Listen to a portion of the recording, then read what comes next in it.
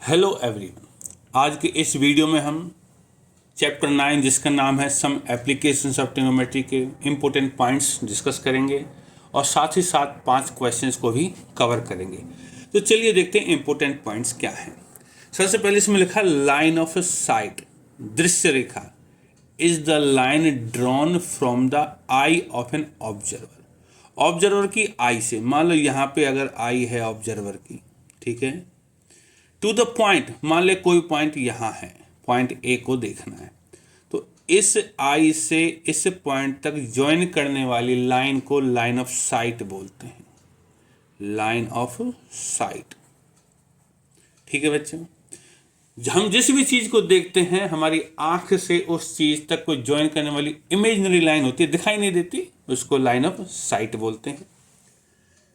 दूसरी चीज है इसमें एंगल ऑफ एलिवेशन। देखिए ये क्या है, angle of elevation of an object viewed, जिसको देख रहे हैं, is the angle formed by the line of site with the horizontal, कि लाइन ऑफ साइट से और हॉरिजॉन्टल के बीच में बनता when it is above the horizontal level. देखिए मैं इसका डायग्राम यहां बनाता हूं। मान लो ये है हमारे आई लेवल, ठीक है बच्चों, और ये है हमारा हॉरिजॉन्टल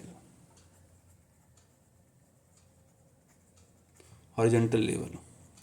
अगर ऑब्जेक्ट ऊपर है तो हम सिर उठा के देखेंगे और ये जो एंगल बनेगा ये है एंगल ऑफ एलिवेशन। इसमें सब कुछ यही लिखा है। और अगर ऑब्जेक्ट नीचे की तरफ है, ठीक है, नीचे मान ले यहां है ऑब्जेक्ट, तो हम सिर झुका कर देखेंगे और इस केस में इसको मैं ले देता हूं θ1, ये है एंगल ऑफ डिप्रेशन। यही 3 डेफिनेशंस हैं इस चैप्टर में। पहला है लाइन ऑफ साइट, दूसरा एंगल ऑफ एलिवेशन और तीसरा है एंगल ऑफ डिप्रेशन। डिप्रेशन में बिलो द हॉरिजॉन्टल लेवल होती है, ठीक है। उम्मीद है कि इस पॉइंट समझ में आए होंगे। अब है हमारा ये काम कहाँ आती है, ठीक है, तो यूज क्या है ट्रिग्नोमेट्री की। तो एप्लीकेशंस होती हैं यूज। तो एप्लीकेशंस, सबसे पहले तो हमें पहाड़ों की हाइट, पहला है to find height of building, tree, tower etcetera. Second है to find width of river etcetera, ठीक है। अब ये कैसे फाइंड करते हैं ये हम क्वेश्चंस में करेंगे। इसमें 2 टाइप्स ऑफ डायग्राम्स होते हैं। डायग्राम्स हमारे 2 तरह के होंगे। एक होगा जिनमें 1 एंगल होगा, एक एंगल वाले डायग्राम, वो कुछ इस तरह के होंगे। ये एंगल होगा। ये डायग्राम्स बहुत आसान हैं। इनसे रिलेटेड जो भी क्वेश्चंस हैं वो 1 या 2 मिनट के अंदर खत्म हो जाता है। और एक डायग्राम है 2 एंगल्स वाले, वो कैसे होंगे? वो डायग्राम्स ऐसे होंगे, 2 एंगल बनेंगे इनमें, एक ये बनेगा x, एक ये बनेगा y। अब ये फिगर को घुमा भी सकते हैं हम, ऐसे भी बना सकते हैं। डायग्राम तो एक ही है, एक एंगल ये होगा, एक एंगल ये होगा। 2 एंगल के सिचुएशन और भी हो सकती हैं, ऐसे भी हो सकता है 2 एंगल। यहाँ से यहाँ एक एंगल है θ1 और यहाँ से यहाँ दूसरा एंगल है θ2,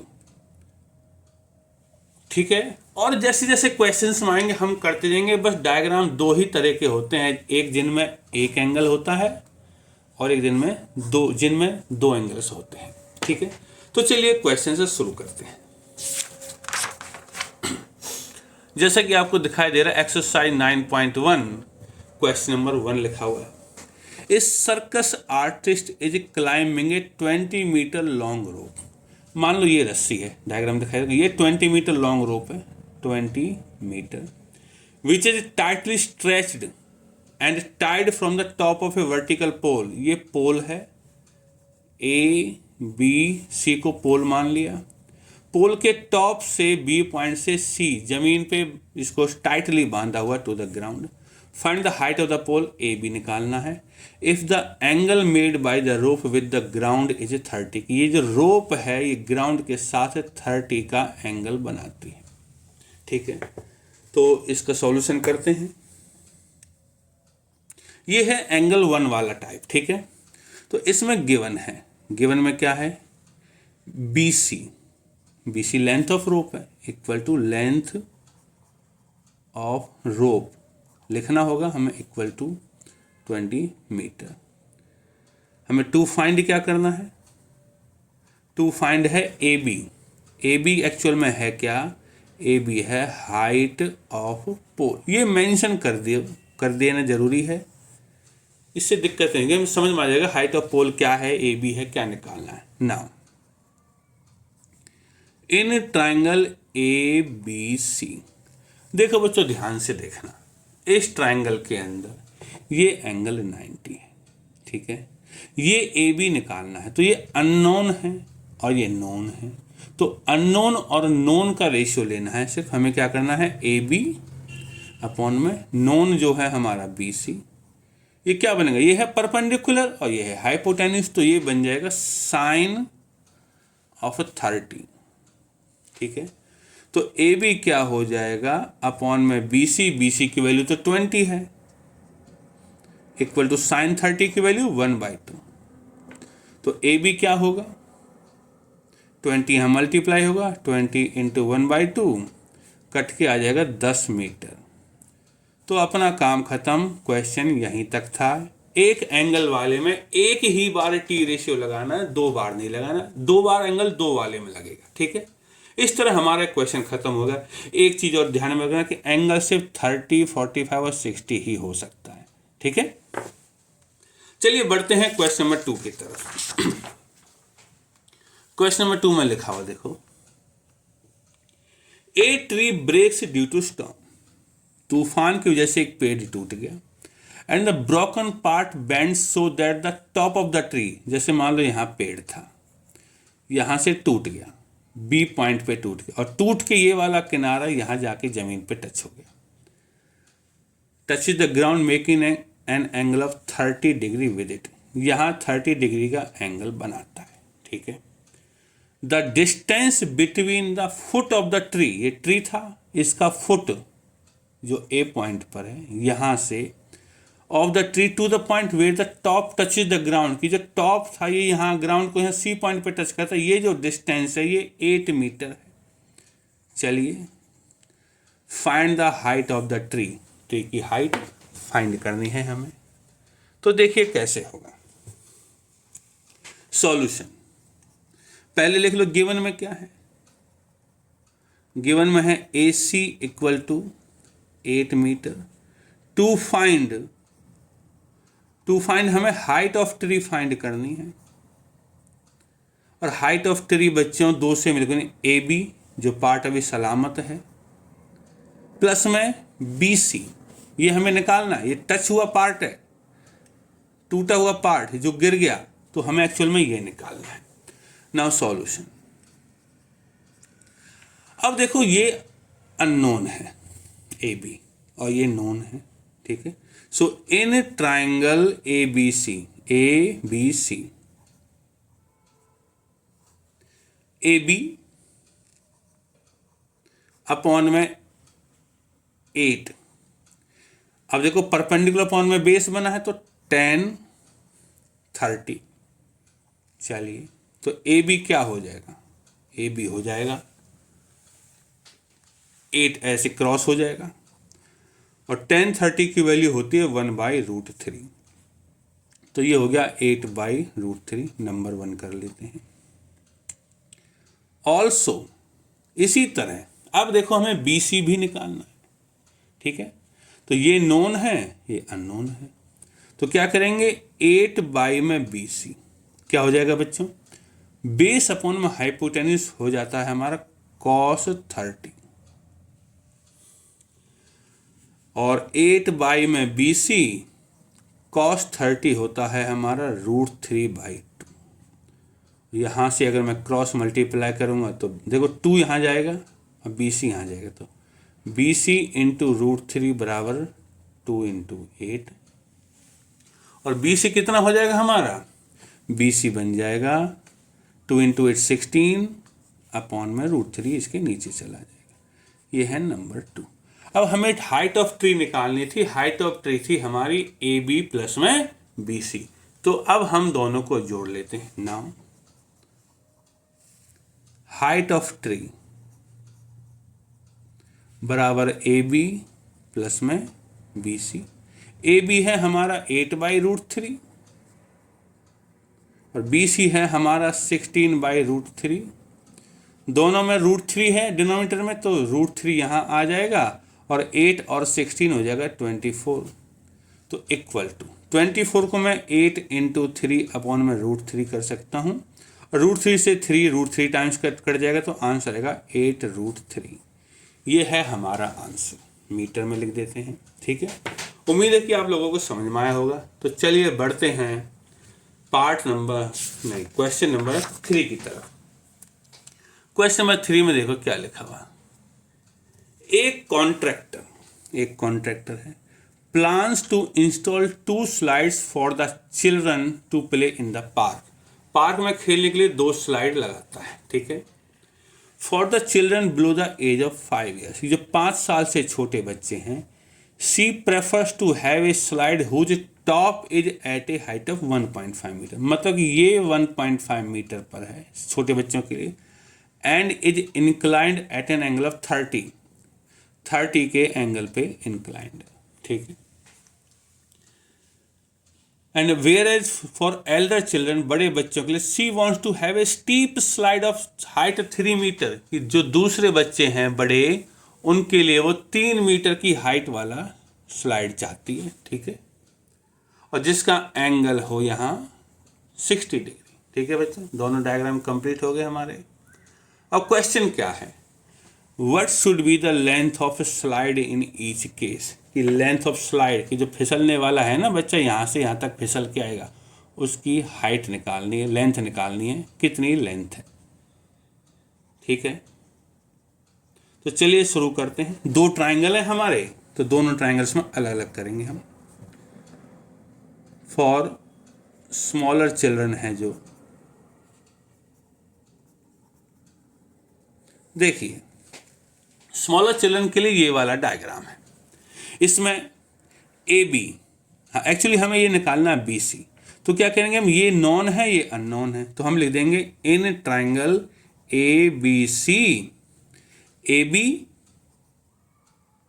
अपॉन में BC equal to tan 30, sorry tan 30 नहीं sin 30। ठीक है बच्चे, sin 30 परपेंडिकुलर अपॉन में हाइपोटेन्यूज। तो ये अननोन है हमारा। तो AB की वैल्यू है 1.5, BC हमें निकालना है, इक्वल टू sin 30 होता है 1/2। और जब मैं इसको क्रॉस मल्टीप्लाई करूंगा तो BC क्या आ जाएगा, BC इंटू 1 तो BC रहेगा, 2 इंटू 1.5 हो जाएगा 3 मीटर। तो छोटे बच्चों के लिए जो स्लाइड है, तो देयरफॉर लेंथ ऑफ स्लाइड, जो छोटे बच्चों की स्लाइड है उसकी लंबाई 3 मीटर हो जाएगी। अब चलिए बड़े बच्चों के लिए देखते हैं। ये है बड़े बच्चों वाला डायग्राम फॉर एल्डर चिल्ड्रन। कैसे होगा, इसमें इन ट्राइंगल, मैंने ट्राइंगल का नाम दे दिया DEF। इसमें हमें ये निकालनी है। ठीक है बच्चों, अननोन है क्योंकि ये फिसलने वाली पट्टी है, यहीं पे फिसल के आएंगे बच्चे। तो इसमें भी हम ये करेंगे परपेंडिकुलर, मतलब कि 3 अपॉन में हाइपोटेन्यूज DE। ये भी रहेगा हमारा sin 60 हो जाएगा, परपेंडिकुलर अपॉन में हाइपोटेन्यूज sin 60, और 3 अपॉन में DE बराबर sin 60 होता है √3/2। तो जब क्रॉस मल्टीप्लाई करूँगा तो DE इंटू √3, 2 इंटू 3 6 हो जाएगा, और DE हो जाएगा हमारा 6 अपॉन में √3। 6 को मैं 3 इंटू 2 लिख देता हूँ अपॉन में √3। इससे ये √3 टाइम्स कैंसिल हो जाएगा, तो बचेगा 2 और इससे कट जाएगा ये √3 मीटर। तो देयरफॉर लेंथ ऑफ स्लाइड, इस केस में लेंथ ऑफ स्लाइड होगी हमारी 2√3 मीटर। और इस तरह हमारा ये क्वेश्चन नंबर 3 कवर हो गया है। तो चलिए बढ़ते हैं क्वेश्चन नंबर 4 की तरफ। 4 में देखो क्या लिखा हुआ है। 4 में है the angle of elevation of the top of A tower from A point on the ground, कि ग्राउंड के इस पॉइंट से ये टावर का टॉप है और ये जो एंगल ऑफ एलिवेशन है ये है 30 है, which is 30 metre away from the foot of the tower. की जो पॉइंट है वो foot of the tower, tower का ये टावर बीसी इसके फुट से 30 मीटर अवे है, ये 30 मीटर है। अब हमें निकालना है find the height of the tower, ये बीसी फाइंड करनी है। तो चलिए सॉल्यूशन में लिखते हैं। गिवन में क्या है हमारा, गिवन में है AC 30 metre, to find BC मतलब height of tower. Now in a triangle ABC, देखो इसमें वही करेंगे, BC निकालना है हमें, तो BC अननोन है और AC नोन है, मतलब कि BC अपॉन में AC जो कि 30 है इक्वल टू 10 30 बन जाएगा। 10 30 ये है क्योंकि 30 का एंगल है। तो BC क्या रहेगा, BC 30 इधर मल्टीप्लाई हो जाएगा और 10 30 की वैल्यू 1 बाई में √3। 30 को मैं लिख सकता हूँ 10 इंटू 3 और अपॉन में √3। तो BC क्या हो जाएगा, 10 तो 10 ही रहेगा और √3 इस 3 को √3 टाइम्स कैंसिल कर देगा। तो हमारा ये आंसर आ गया है। तो जब ये आ गया तो हम लिख सकते हैं therefore height of tower equal to 10√3 metre. ये हमारा क्वेश्चन नंबर 4 खत्म हो चुका है। अब बारी है क्वेश्चन नंबर 5 की। देखिए 5 में लिखा है a kite is flying at a height of 60 metre above the ground, कि ग्राउंड से 60 मीटर की ऊंचाई पर है, मतलब कि ये 60 मीटर है, यहां से BAC ग्राउंड से यहां उड़ रही है 60 मीटर है। The string attach to the kite, जो काइट से जो रस्सी है, जो धागा बांध रखा है, वो ग्राउंड पे इस पॉइंट पे बांधा हुआ है और ये जो एंगल बनाता है ग्राउंड के साथ वो 60 है, ये एंगल 60 बनाता है। Find the length of the string, इस रस्सी की लंबाई मतलब AC फाइंड करना है हमें, ठीक है। Assuming that there is no slack, ये मुड़ी हुई ना हो, ठीक है। तो देखिए सॉल्यूशन, गिवन में क्या है हमारे पास, हाइट ऑफ काइट जो कि है हमारा 60 मीटर है और ये किसके बराबर है, BC के बराबर। टू फाइंड में क्या है, AC फाइंड करना है हमें, AC और जो कि है लेंथ ऑफ स्ट्रिंग। नाउ अब ये एक एंगल वाला क्वेश्चन है, so now in triangle ABC, देखिए ये नॉन है और ये अननोन है, तो 60 अपॉन में AC क्या होगा, परपेंडिकुलर अपॉन में हाइपोटेन्यूज हो जाता है साइन, और एंगल 60 है तो 60 हो गया, और 60 अपॉन में AC बराबर साइन 60 की वैल्यू √3/2 होती है, ठीक है। तो AC इधर मल्टीप्लाई हो जाएगा, तो AC इंटू √3 बराबर 60 इंटू 2, और AC क्या हो जाएगा, AC हो जाएगा 60 इंटू 2 अपॉन में √3। और देखो 60 को मैं लिख सकता हूँ 3 इंटू 20, ये वाला 2 यहीं है और √3।